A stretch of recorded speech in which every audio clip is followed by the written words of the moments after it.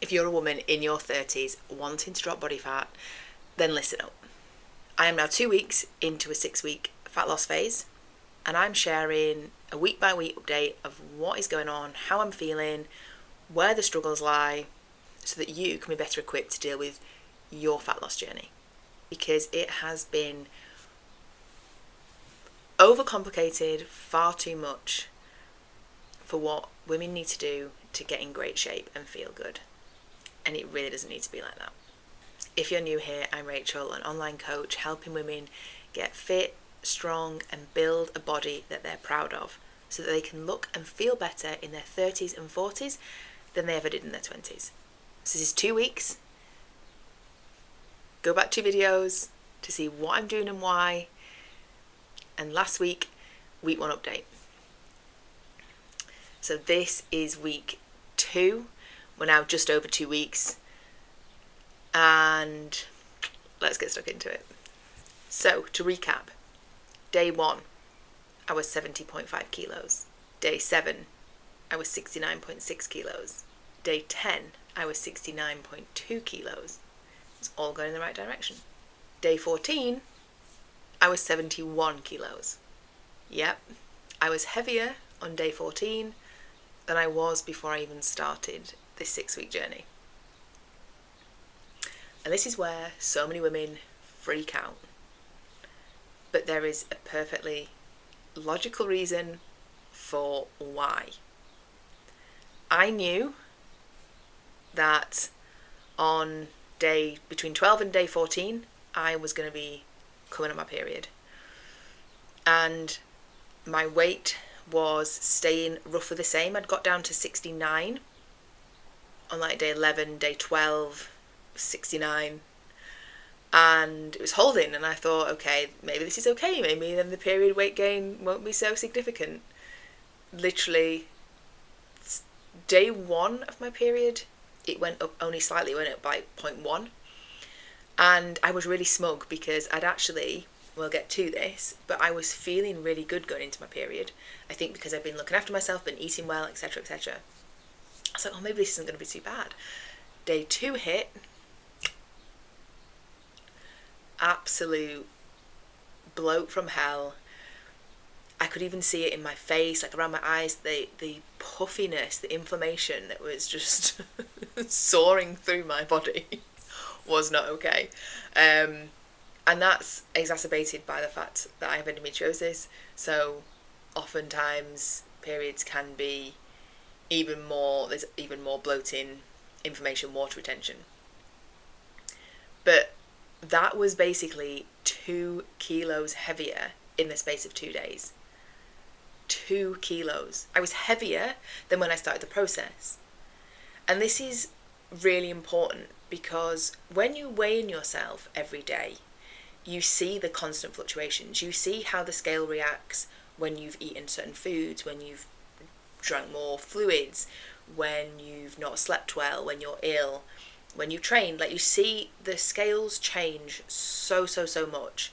And it's why we can't be hyperfixated on the number and what it is doing day to day. We're seeing the fluctuations, we're understanding them, and we're looking at the general trend. I knew I'd had, 10, 12 days of consistency and things moving in the right direction. Obviously, some of that initial weight is going to have been water weight, etc. But I was looking good, I was feeling good, and I was, as you see in last week's video, I had really nailed the plan. And even going into my period, I was still there, and my PMT symptoms were basically non-existent. And I think it is because I was eating really good food, I was eating consistently, I was looking after my sleep and my recovery, and everything was actually really positive. I was feeling really good. But then that happened, and I felt that day of that photo, I felt dreadful, and I had an insul session that I was supposed to be doing. And I went to the gym and I tried to do it, even scaling it back, and I just felt so sick. Because the other thing is, when my endometriosis symptoms are really bad, I'll often take codeine to help manage the pain. And I've not taken it for quite a few months because I've felt pretty good. And I think having not taken it for so long and then taking it, it really made me feel sick, and I was just had no energy. I was so dizzy when I was on the treadmill, and I thought it's not worth it. And this is the thing, right? We shouldn't be pushing ourselves to achieve and get through workouts when we're really not okay. There's a real balance between doing what you know is going to make you feel good and getting some movement in, rather than just slobbing around. But sometimes doing something is still too much. Doing something like that is still too much. And what I actually needed was a walk and some downtime, really. So that's what I did. So training for the rest of the week sort of teetered off. I just focused on general movement rather than hitting my sessions as I needed to, knowing that wasn't going to derail me, it wasn't going to set me back. Again, I've got enough knowledge and experience in this to know that I can take a couple of days like that, and I don't need motivation to get back in the gym. I'm actually really looking forward to it now this week. It's looking after yourself in that way while still giving myself good food, and that was the other priority. So I made sure, and I still pretty much stuck to my calorie target. I was maybe 50-60 calories higher a couple of days, but I'd also had a couple of days where it was that much lower. So overall it balanced out. I had a little bit of chocolate a couple of days over my period, but I tried to focus as much as again on giving myself what my body needed rather than just what I thought my cravings were. And again, that's the balance to be had if you want to see progress long term. So a little drink.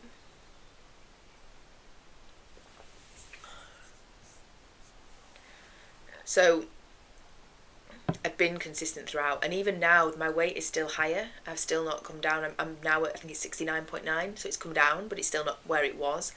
But I'm just giving it those few days. I'm just logging it daily, drinking plenty of water. Because this is the thing, when you see a sudden increase of like that much on the scale, just like if you suddenly lost 2 kilos on the scale, there's going to be something really significant as to why that's happened. You don't just gain 2 kilos of fat overnight. It's water. So when it's like period time, it's often water, inflammation, just some extra fluid. That's why we feel bloated, which is why it's really important to drink plenty. You think when you're bloated, I don't want any water, but actually it's really beneficial to kind of help keep things moving. But your weight can go up if you have more sodium in your food. So again, looking at if your scales jumped up, what did you eat for your evening meal the night before? How much food in volume have you eaten? You've had a lot of veggies, a lot of bulk. Again, are you holding more water because of certain foods? Carbohydrates, we generally hold a bit more water. There's a lot of things that go into the mix as to why the scale is going to be higher. And especially even training-wise, training is another stress on the body, and it can cause elements of inflammation if you've had a particularly tough session. So if the scale is significantly different overnight, it's not a fat gain thing. And that's what's really important to get in your head. And it can be so hard when you've been really, really consistent that then the scale either just stops or it goes up, and you're like, but I've been doing everything. And I have this conversation with my clients all the time. One messaged me last week. She'd had a big loss the week before, and then she's like, my weight's just staying the same. I'm freaking out, but I'm having a wobble. And I hear this all the time. And it's this feeling, and again, it comes back to expectations. When I'm doing everything I need to be doing, why is the outcome not yet what I want it to be? And we've often got to be patient with that. We've got to trust the process. Fat loss isn't linear. So, you will see gradual drops in the scale. I did that first week. Gradual. Then it plateaued. Then it peaked. It's now coming down a little bit again. And this is what happens. But as soon as you see the weight either stall or go up for some reason, it's not then an invitation to try and deficit harder, to think it's not working, I'm going to give up. It's actually a sign to just keep your head down, keep doing what you've been doing, and give it some time before you actually assess the data. We only really want to make changes if you have been so consistent for at least 2 weeks with nothing changing, because it can be that fickle, and you will often find, especially when you have days of where it feels like it's plateauing, you might have a few days of that, and then you will have a sudden drop Because again, you don't just lose fat like overnight. There's a gradual process. We've got constant different levels of how much water we're holding at any one time as well. So you don't just burn fat, it goes like, you know, overnight. There's things take time, and that's why you've really got to trust the process with this. So the time of the month is really important from a number of perspectives, because you might be going in to your cycle the few days before, even up to a week before, when you're in that luteal phase and, you know, everything's feeling harder work, training's feeling harder, things, you feel more sluggish, you're more fatigued, sleep might be poorer. If you're not looking after those things, you're going to put yourself into a worse place to be able to manage your deficit around that. So it's not just like you gain weight because it's your period, it's like it's everything else around it. So looking after yourself is key. The same period week, if you see the scale jump up, it's not then, don't be reactive, don't think it's not working, what's the point, I may as well stuff, you know, kilos worth of chocolate in my face. It's still trying to manage that as best as you can whilst giving your body a bit of what it needs. So keep up the good nutrition, but also having a little bit of chocolate if that's what you want, or for some people it's like salty crisps. Have some of that as well to give yourself a little bit of comfort if you feel like that's what you need, but also know what your body needs in terms of rest, recovery, some movement that feels good and is realistic, and eating good quality food. You cannot underestimate how much better you will feel when you eat well going into your cycle and during those few days of your period as well. Focusing on all the same things: good quality protein, vitamins, minerals, fruit, vegetables, warmth, starchy veg. That is so important. And a lot of those things as well are going to be anti-inflammatory and going to help your body go through that process. The more you do that and look after yourself during, and don't set yourself back by thinking, what's the point?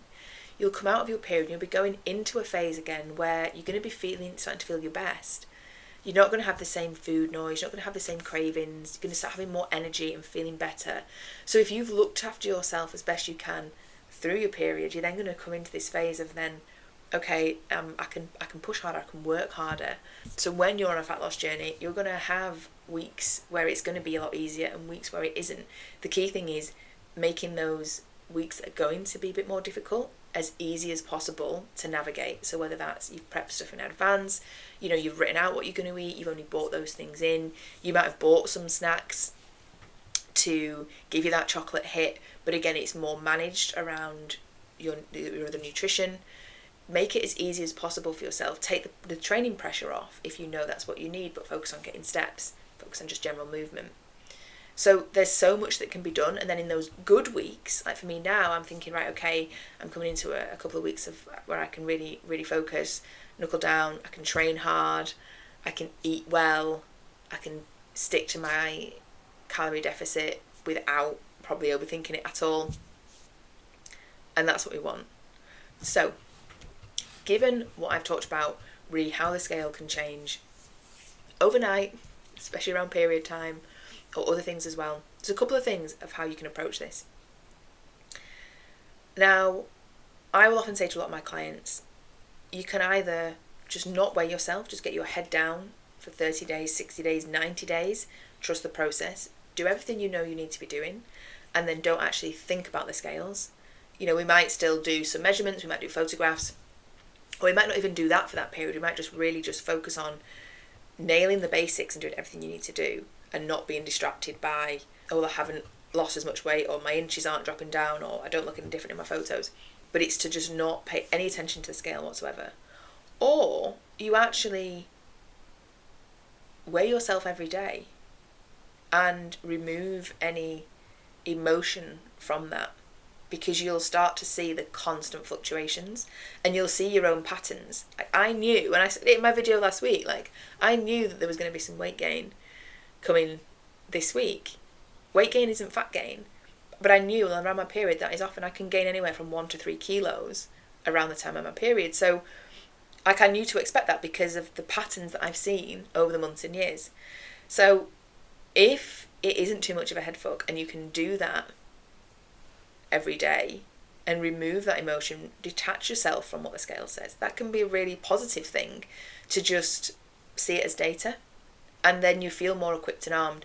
If you're just weighing yourself sporadically, so like, you're not waiting all that time, you're not doing it every day, but you might just decide to do it when you feel like it, you're going to miss the fluctuations. So you might, if I'd only weighed myself on day 1 and then day 14 and the scale had gone up from 70.5 to 71, despite everything I'd done, that's where the problem lies, where you can suddenly think, oh my God, things have got worse.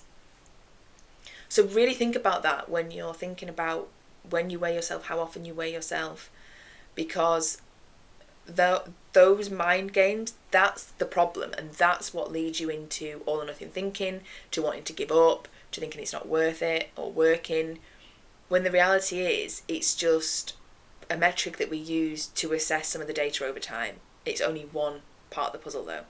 So, I have these conversations with my clients all the time. If it's something you struggle with, please reach out. Let's have a chat. If you're on a fat loss journey, you want to be on a fat loss journey, hit me up. Would love to have a conversation. And I'll see you in the next video.